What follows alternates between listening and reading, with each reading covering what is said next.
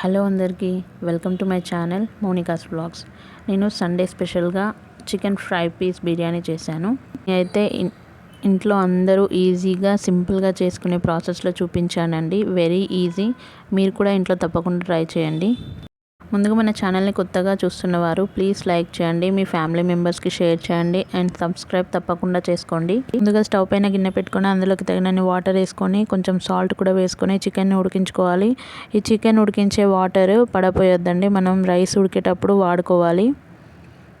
చికెన్ని ఒక 30 మినిట్స్ పాటు ఉడకనివ్వాలి. చికెన్ ఉడికే ముందే మనం బాస్మతి రైస్ని నానబెట్టుకొని పక్కన పెట్టుకోవాలండి. ఇప్పుడు మనం మసాలా ప్రిపేర్ చేసుకుందాం. ఈ ఫ్రైడ్ చికెన్ కోసం మనం ఇప్పుడు మసాలా ప్రిపేర్ చేసుకోవాలి. అందుకు గాను ఒక 6 ఎండుమిర్చిని కట్ చేసి వేసుకోవాలి. అలాగే చెంచా ధనియాలు, 4 యాలకులు, 8 లవంగాలు, అలాగే ఒక చెక్క, కొంచెం మిరియాలు, కానాస పువ్వు, అలాగే నల్ల యాలక, అలాగే ఒక టీ స్పూన్ జీలకర్ర వేసుకొని మంచిగా దూరగా ఫ్రై చేసుకోవాలండి. ఒక 2 మినిట్స్ పాటు వీటిని ఫ్రై చేసుకోవాలి. ఇలా ఫ్రై చేసుకొని వేసుకున్న మసాలాలు మనం చికెన్లో కానీ ఎందులో కానీ వేసుకున్నా కూడా చాలా సూపర్ టేస్ట్ ఉంటుంది. అలాగే స్మెల్ కూడా బాగా వస్తుంది మనం ఏదైనా ప్రిపేర్ చేసినప్పుడు. ఇలాగా ఒక 2 నుంచి 3 నిమిషాలు దీన్ని ఫ్రై చేసుకొని స్టవ్ ఆఫ్ చేసి పక్కన పెట్టుకోవాలి. ఇది కాసేపు చల్లారిన తర్వాత దీన్ని మిక్సీ పట్టుకోవాలండి. జస్ట్ కచ్చాపచ్చాగా మిక్సీ పట్టుకుంటే సరిపోతుంది. చూడండి, నేను వీడియోలో చూపిస్తున్నట్టుగా ఇలా పౌడర్ చేసుకోవాలి. ఇందులోనే కొంచెం ధనియా పౌడర్ కూడా యాడ్ చేసుకోండి. ఈ పౌడర్ని పక్కన పెట్టుకొని ఇప్పుడు మనం చికెన్ ఫ్రై చేసుకుందాం. ఈ చికెన్ ఎక్కువసేపు ఏం ఫ్రై చేయాల్సిన అవసరం లేదు, ఎందుకంటే మనం దీన్ని ఆల్రెడీ హాఫ్ అన్ అవర్ ఉడికించుకున్నాం కాబట్టి. ఇప్పుడు స్టవ్ పైన కడాయి పెట్టుకొని 3 టేబుల్ స్పూన్ ఆయిల్ వేసుకోవాలండి. చికెన్ మంచిగా వేగాలి కాబట్టి ఆయిల్ ఎక్కువగానే పడుతుంది. ఆయిల్ కొంచెం హీట్ అయిన తర్వాత ఇందులోకి కట్ చేసి పెట్టుకున్న ఒక ఆనియన్ ముక్కలు వేయాలి. వాటిని మంచిగా ఫ్రై చేసుకోవాలి. ఇవి కొంచెం రంగు మారగానే దీనిలోకి ఒక 2 రెబ్బల కరివేపాకు వేసుకోవాలి. ఈ చికెన్ ఫ్రై పీస్ బిర్యానీకి కరివేపాకు వేస్తేనే చాలా బాగుంటుంది.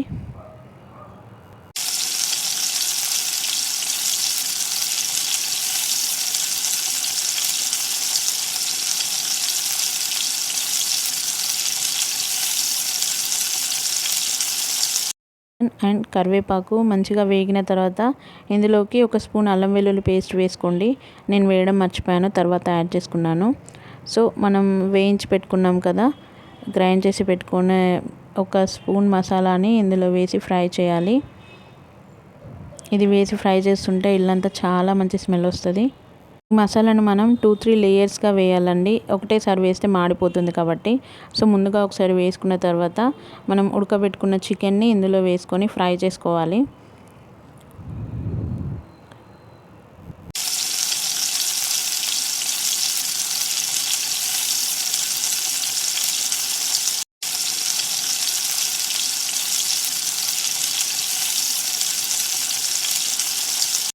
ఇలా బాగా ఉడికిన చికెన్ని ఒక 5-6 మినిట్స్ పాటు మంచిగా ఫ్రై చేసుకోవాలి. ఇది ఫ్రై చేసుకున్న తర్వాత దీంట్లోకి మనం తినే అంత కారం, మనకు సరిపడంత కారం వేసుకోవాలి. నేనైతే 2 స్పూన్స్ వేసానండి.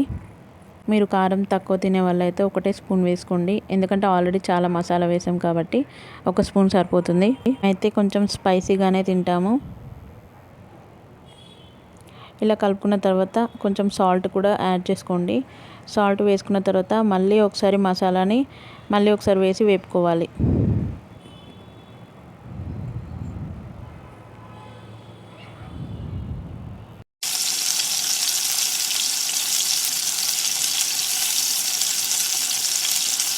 చూడండి, మసాలా అంతా మంచిగా ముక్కలకు పట్టింది. ఇప్పుడు స్టవ్ ఆఫ్ చేసుకొని దీన్ని పక్కన పెట్టుకుందాం.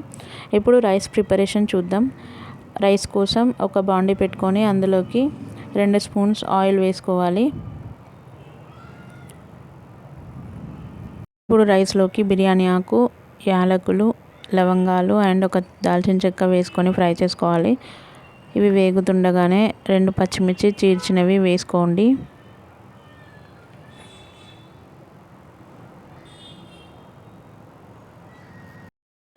పచ్చిమిర్చి కొంచెం వేగిన తర్వాత ఇందులోకి అల్లం వెల్లుల్లి పేస్ట్ ఒక స్పూన్ వేసుకోవాలి.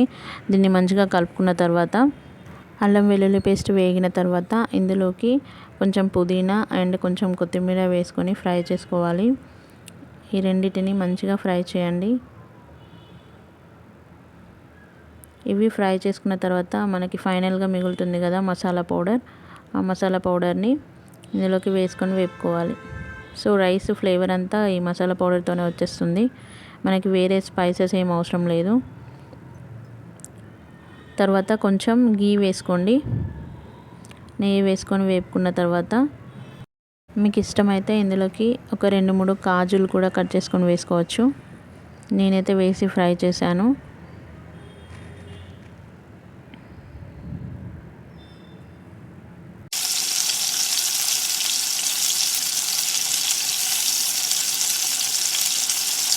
తర్వాత చికెన్ని ఉడకబెట్టుకున్నప్పుడు వాటర్ ఉన్నాయి కదా, అవి ఇందులోకి పోసుకోవాలి. మనకి ఇంకెక్కువ అవసరం పడితే కొన్ని నార్మల్ వాటర్ కూడా యాడ్ చేసుకొని ఒకసారి వాటర్ని బాయిల్ కానివ్వాలి. ఇందులోకి తగినంత సాల్ట్ వేసుకొని ఒకసారి కలుపుకొని పెట్టుకోండి. ఇలా మరుగుతున్నప్పుడు మనం ముందుగా నానబెట్టుకున్నాం కదా బాస్మతి రైస్ వేసుకొని ఒక్కసారి కలిపి మూత పెట్టేసుకోవాలండి. ఇది ఒక 10 మినిట్స్లో కుక్ అయిపోతుంది. మంచిగా కలపడం వల్ల ఏంటంటే ఆయిల్ అంతా రైస్కి పడుతుందన్నమాట, లేదంటే పైనే ఉండిపోతుంది. చూడండి 10 నిమిషాల తర్వాత మూత తీసి చూస్తే ఎంత టెంప్టింగ్గా ఉందో. తర్వాత ఫ్రై చేసుకున్న ఈ చికెన్ పీసెస్ని అన్నం పైన ఇలా స్ప్రెడ్ చేసుకోవాలండి చూపిస్తున్న విధంగా. నేనైతే మా ఇంట్లో ఫస్ట్ టైం ట్రై చేశాను, సూపర్గా వచ్చింది. మీరు కూడా తప్పకుండా ఈ ప్రాసెస్లో ఒకసారి ట్రై చేయండి, మీ ఇంట్లో వాళ్ళు చాలా ఇంప్రెస్ అవుతారు.